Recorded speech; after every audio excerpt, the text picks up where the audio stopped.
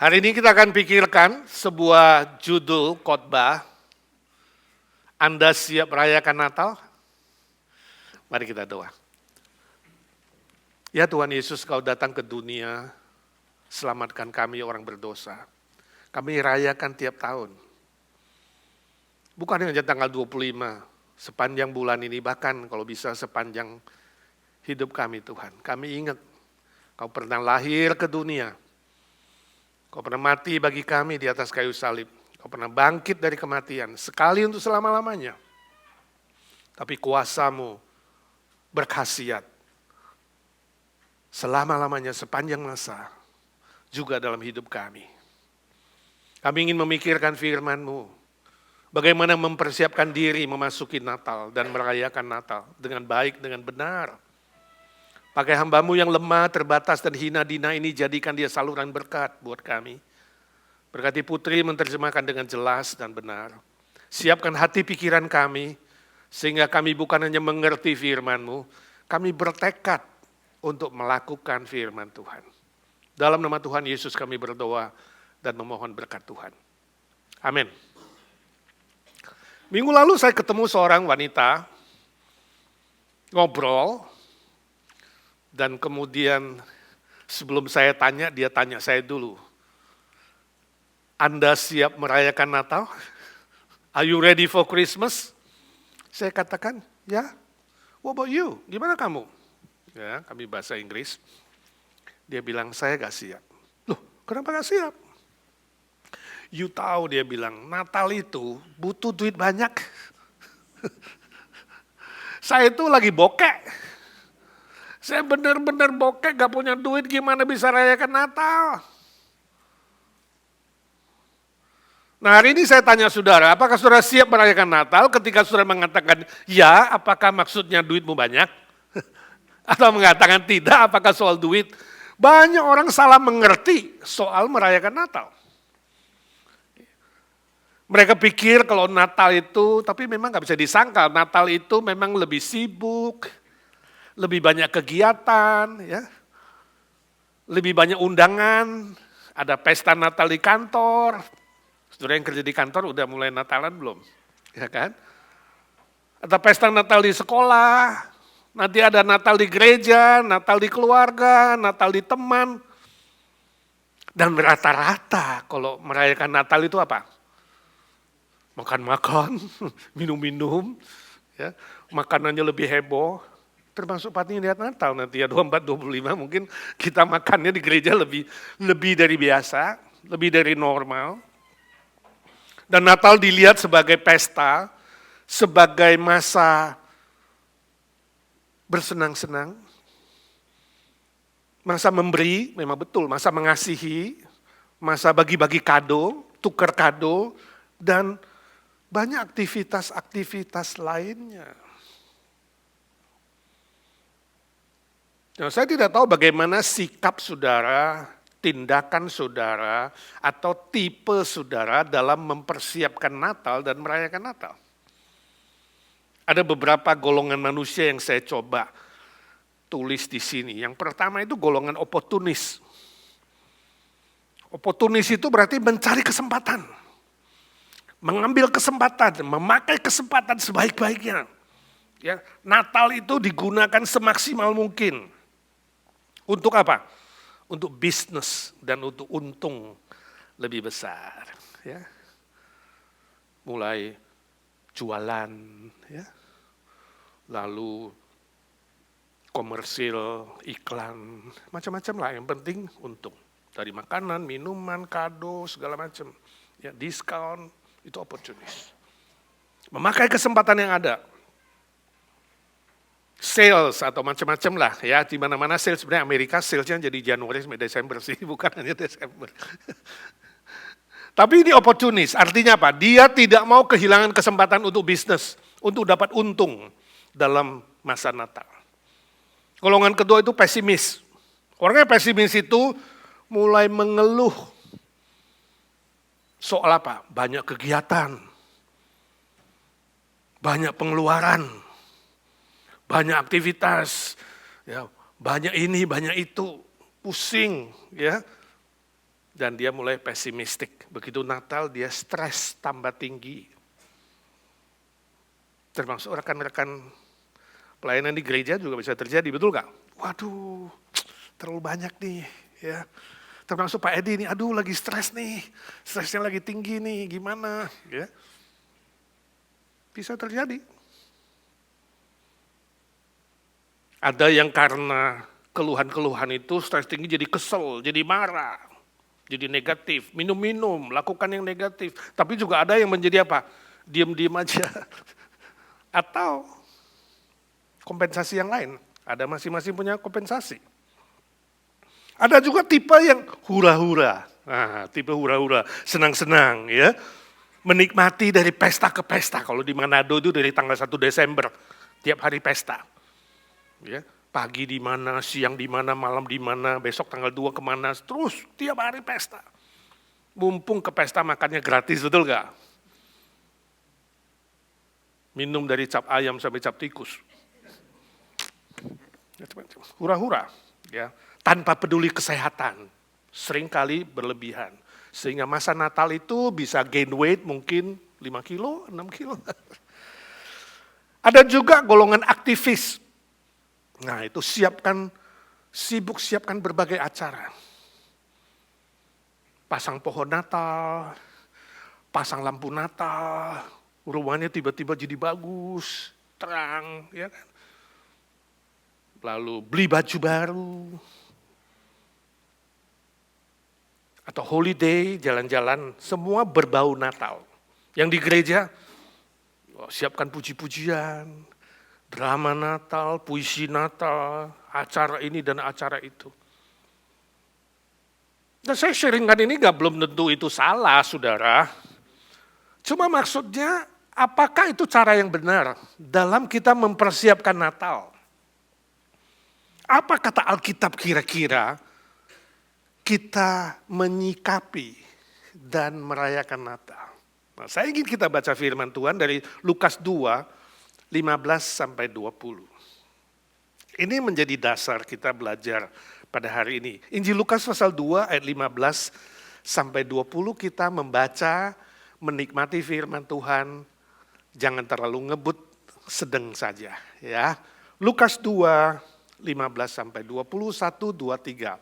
Setelah malaikat-malaikat itu meninggalkan mereka dan kembali ke sorga, gembala-gembala itu berkata seorang kepada yang lain, marilah kita pergi ke Bethlehem untuk melihat apa yang terjadi di sana, seperti yang diberitakan Tuhan kepada kita.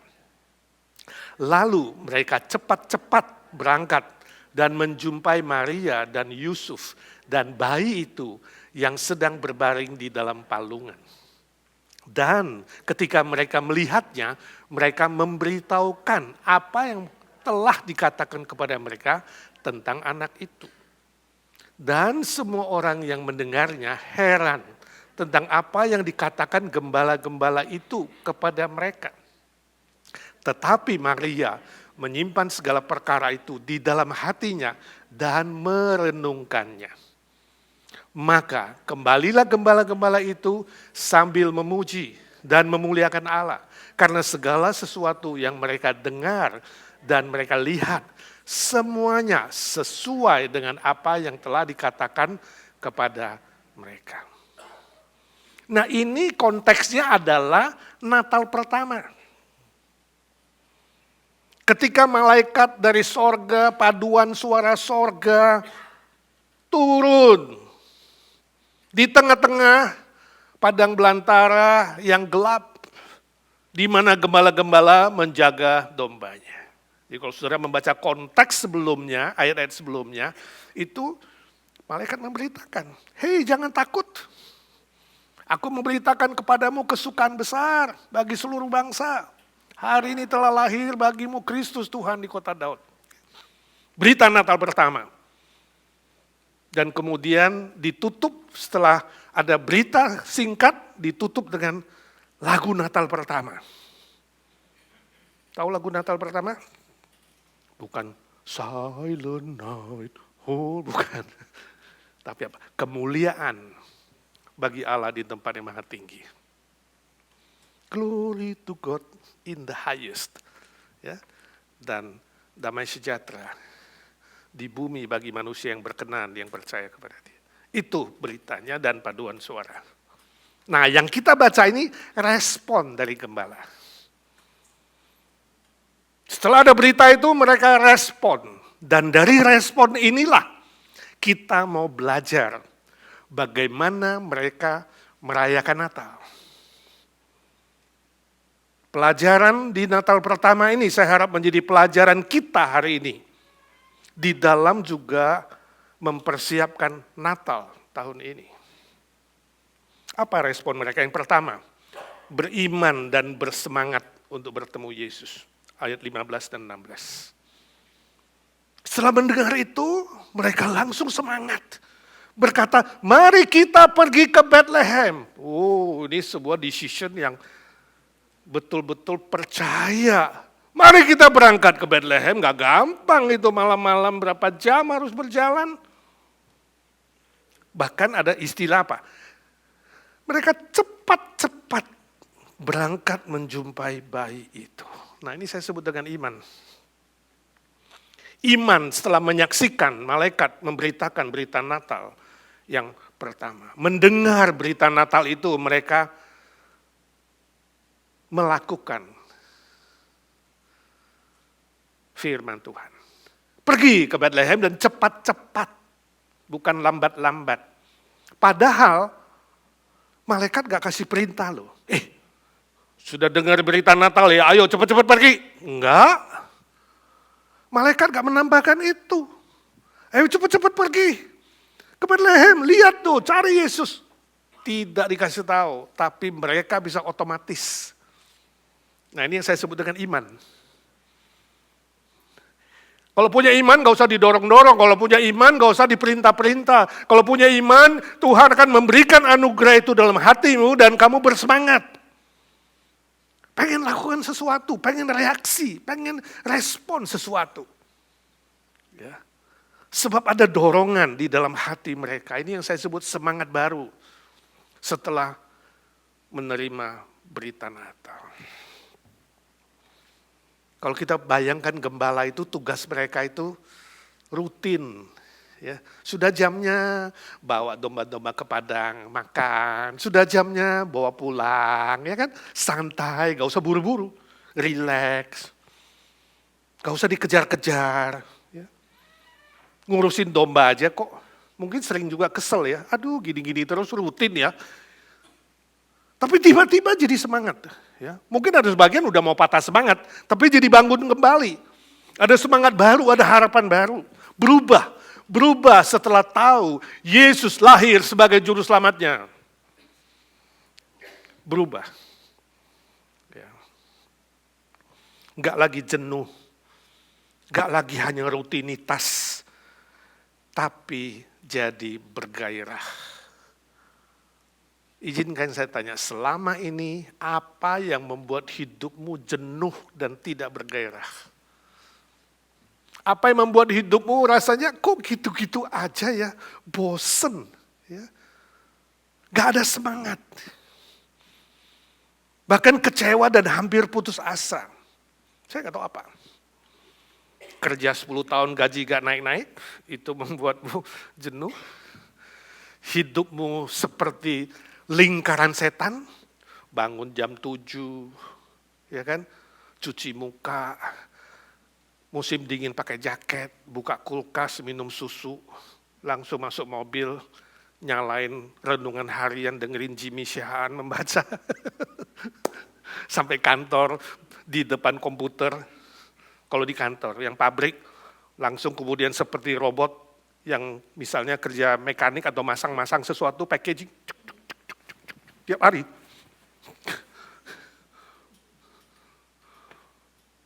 Yang nyetir, yang ngurus pasien, dia lagi. Ya baunya sama aja. Setiap hari, sampai malam pulang. Ya kan? Kadang-kadang telat. Sampai rumah gak ada siapa-siapa. Pacar gak punya, istri gak punya, suami gak punya. Anjing gak punya, kucing gak punya. Cuma ada apa? Cuma ada makanan dingin minggu lalu bawa dari IGNC. Ya udahlah, gak ada apa-apa, panasin, gak habis, masukin lagi. Saya tidak tahu hidupmu apa. Tapi mari berpikir hari ini, Tuhan aku mau diubah. Natal itu membawa semangat, Natal itu membawa harapan baru. Saya gak mau seperti ini, saya mau belajar seperti gembala. Ketika mereka pikir, oh ada Yesus yang datang. Ketika pikiran mereka fokus ada Yesus yang lahir, itu berubah. Jadi kuncinya di mana? Fokus.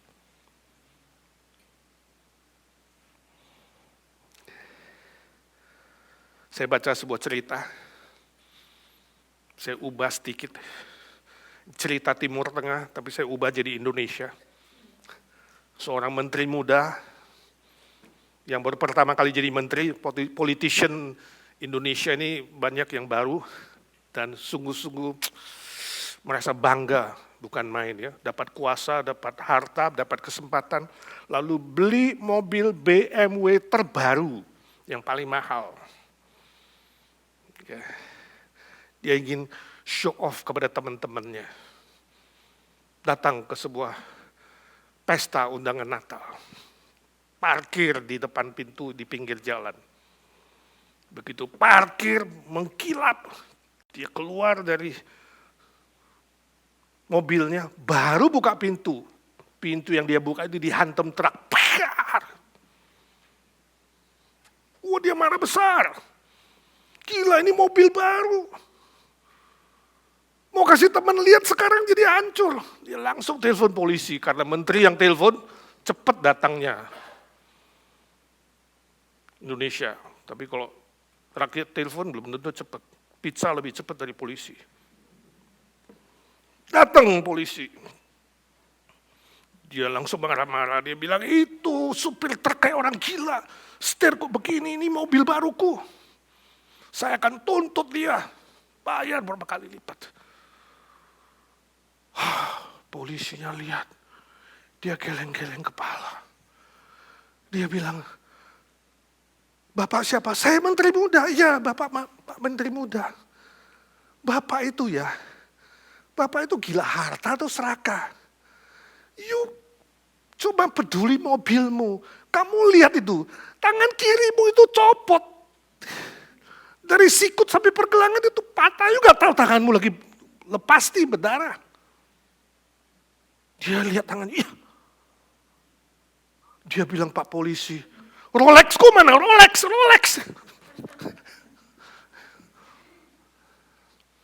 Tangan patah masih cari jam Rolex.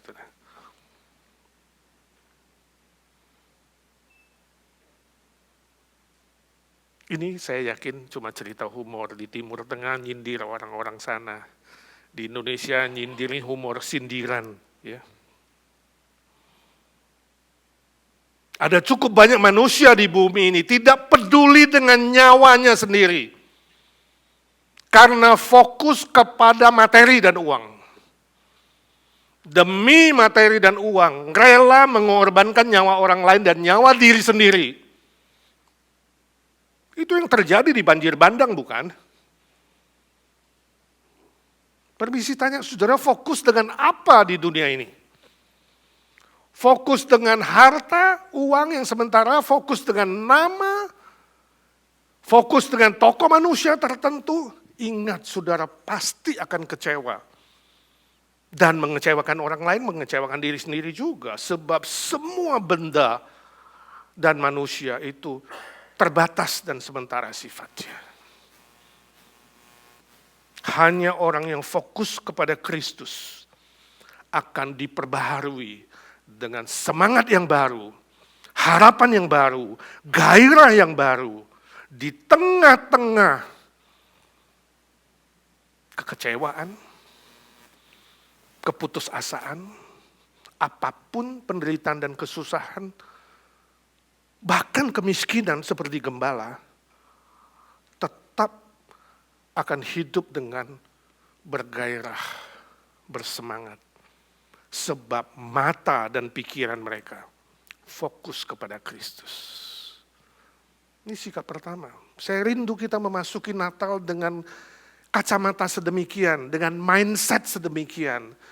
Ada Kristus yang datang untuk saya. Gak ada alasan bagi saya untuk lesu, letih, lelah, kemudian menjadi jatuh, bahkan menjatuhkan orang lain juga. No. Bangun dan bersemangat. Saya bilang sama orang yang tanya saya itu, saya bilang saya siap sebab kami siap dengan teman-teman. Natal itu adalah masa melayani dan membagi cinta kasih. Kami akan melayani anak-anak, melayani senior. Ya. Kami akan mencari jiwa, memenangkan jiwa. Kalau you ada waktu, datang. IGNC 24 dan 25. Tetap ada semangat, saudara. Yang kedua, ayat 17-18. Ya, gembala-gembala itu aktif bercerita tentang Yesus. Ya. Memberitahukan apa yang telah dikatakan itu. Memberitahukan apa yang terjadi. Sampai semua orang yang mendengar itu heran. Oh, luar biasa. Ya. Saudara coba bayangkan tadinya gembala-gembala itu pasif. Ya, nggak tahu mau cerita apa. Ceritanya, aduh dombaku sakit. Aduh dombaku patah tulang, ya, patah kaki. Hanya mikirin diri sendiri aja udah stres, ya, jenuh, bosen. Tiba-tiba berubah, jadi dinamis. Ada cerita baru, dan cerita baru itu adalah tentang Yesus. Izinkan saya tanya, dalam mempersiapkan Natal dan merayakan Natal, siapa atau apa yang saudara cerita? Siapa atau apa yang saudara cerita selama ini? Atau dalam persiapan ini? Kesuksesan diri? Kesuksesan orang lain? Kegagalan diri sebaliknya? Cerita apa? Hadiah Natal yang baru? Dapat mobil mewah? Dapat rumah baru? Dapat pacar baru? Apa yang kamu cerita? Ya. Ada dua sisi selalu, you cerita yang susah-susah atau yang senang-senang, you cerita yang positif atau yang negatif, you cerita yang baik atau yang buruk, kesombongan atau kegagalan, you cerita diri sendiri atau orang lain. Apa yang kau cerita? Ya.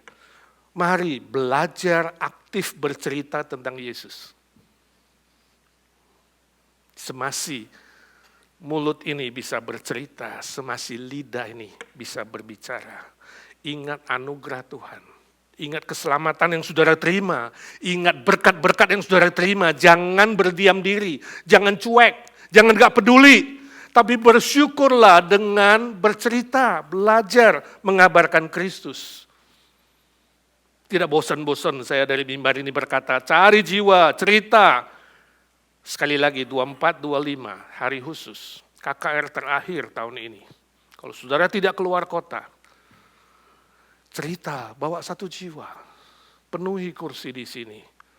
Tugas saudara hanya membawa ke sini. Tugas Tuhan dan Roh Kudus membuat orang itu menerima hadiah Natal terbaik, yaitu Yesus Kristus.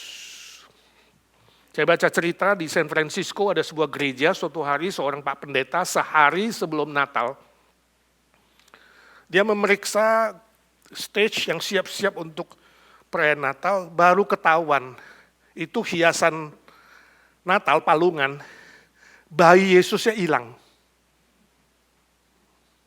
Kak, kemana ini besok mau perayaan Natal nih semua, udah dekor bagus-bagus kok ini jadi hilang nih bayinya. Langsung dia keluar, dia cari, dia lihat seorang anak kecil, ya umur 6 atau umur 7, laki-laki dia tarik itu kereta wagon, kereta dorong atau kereta tarik yang warna merah, red wagon. Ya, dia tarik, bayi Yesus ditaruh di dalam.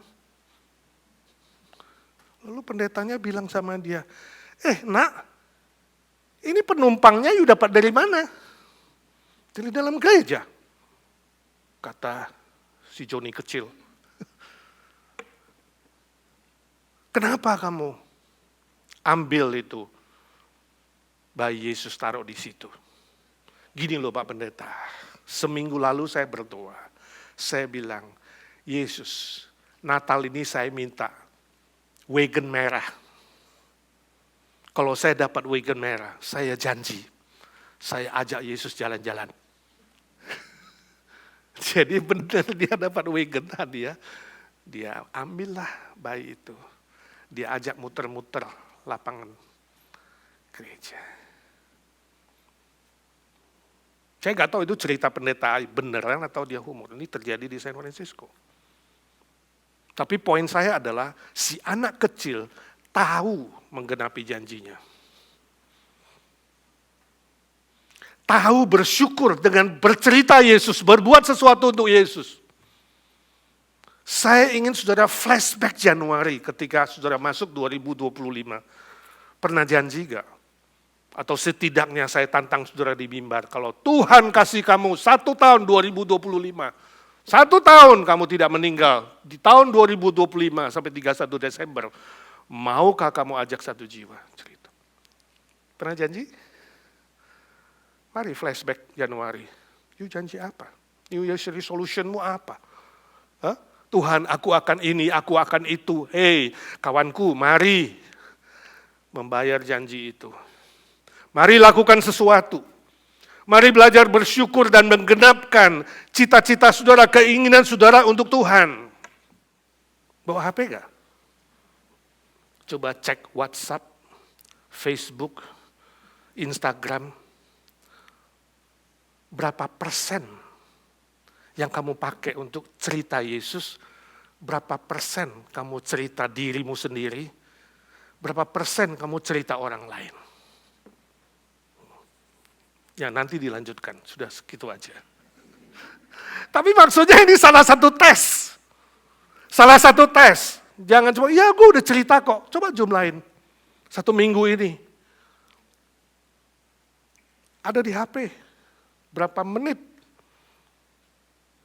untuk Tuhan, berapa menit, berapa jam untuk diri sendiri, untuk orang lain, atau untuk hal-hal yang negatif, gosipin orang, cerita hal-hal duniawi yang gak benar. Mari bertobat, ya. Cerita Yesus.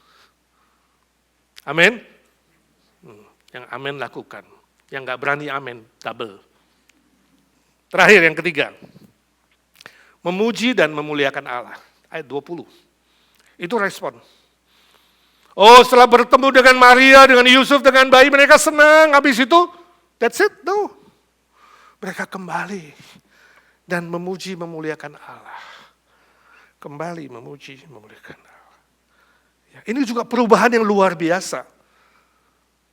Dulu hidup para gembala hanya merenungkan nasib mereka. Ya, hidup itu nasib lah. Ya. Kalau orang Jawa bilang nerimo, sudah takdir. Memang sudah begitu, sudah digariskan. Enggak, bagi mereka no, berubah setelah mengenal Yesus. Mereka mau memuji dan memuliakan Allah. Hidup mereka berubah 180 derajat setelah mengalami Yesus dan mengenal Yesus. Kehadiran Yesus Kristus harusnya mendorong kita hidup fokus memuji dan memuliakan Allah. Dalam semua aspek wujudnya, bukan hanya ibadah hari Minggu 2 jam, bukan hanya ikut persekutuan doa, tapi sungguh-sungguh mengalami lagu Natal pertama, kemuliaan Allah di tempat maha tinggi. Dan damai sejahtera di bumi bagi orang yang berkenan kepadanya. Saudara hadir di mana, bawa damai, bawa sukacita. Jangan bawa hal yang negatif. Saudara hadir di mana nama Tuhan dimuliakan, bukan hanya di gereja, tapi seluruh aspek hidup saudara dimanapun Tuhan taruh. Berdamai dengan Tuhan pasti menghasilkan berdamai dengan orang lain, berdamai dengan diri sendiri. Jangan hina diri, jangan ejek diri. Ya. Jangan membuang diri, apalagi pikir-pikir untuk bunuh diri. Oh, jangan. Cintai dirimu, damai dengan dirimu, dan kemudian berdamai dengan orang lain dan bawa damai dimanapun saudara ada. Jangan jadi batu sandungan. Suatu hari ada seorang bapak dengan anaknya berdua masuk ke salon. Sebelum Natal, mungkin sehari 2 hari sebelum Natal. Si bapak kemudian digunting, diservis, dikrimbat, segala semua udah beres. Lalu dia baru taruh anaknya di kursi untuk dipotong rambut. Bapak itu bilang, aku keluar sebentar ya mau beli dasi hijau untuk perayaan Natal. Nanti aku balik. Jadi anaknya digunting di situ, dia pergi beli dasi hijau. Sudah 1 jam bapak itu gak balik. Lalu tukang cukur bilang, "Nak, jangan-jangan papamu lupa loh sama kamu." Lalu anak itu bilang, "Itu tadi bukan papa saya kok." Loh, maksudmu apa bukan papamu? Tadi bapak itu bilang sama saya, "Nak, kamu mau cukuran gratis gak? Ayo ikut saya." Jadi dia tarik tangan saya masuk. Jadi anak itu dapat cukuran gratis, si bapak juga dapat gratis. Jangan dicoba ya. Di musim Natal ini ada aja pikiran orang itu ya untuk menipu dan melakukan hal-hal yang licik dan jahat. Jadi batu sandungan, merugikan orang lain, menipu orang lain. Hati-hati, jangan saudara sampai tertipu, tapi juga jangan menipu. Di mana saudara hadir harus jadi kesaksian, amin. Membawa damai, membawa sukacita, membuat orang memuji Allah, bukan mengutuk Allah atau marah-marah, atau mengatakan, "Ini orang Kristen kok kayak ngono ya, kayak begitu ya." Jangan. Dimanapun saudara berada, mereka memuji Allah. Dan orang tahu, kamu adalah murid Kristus yang asli, yang sejati. Amin. Puji Tuhan. Ya, mari kita doa. Bapa di sorga, suara hamba-Mu sudah berhenti. Biarlah suara Roh Kudus terus bekerja di hati kami. Kami sekali lagi berdoa untuk perayaan Natal 24-25. Tuhan pakai kami menjadi alat yang berguna, mengajak jiwa. Kami belajar respon seperti gembala-gembala.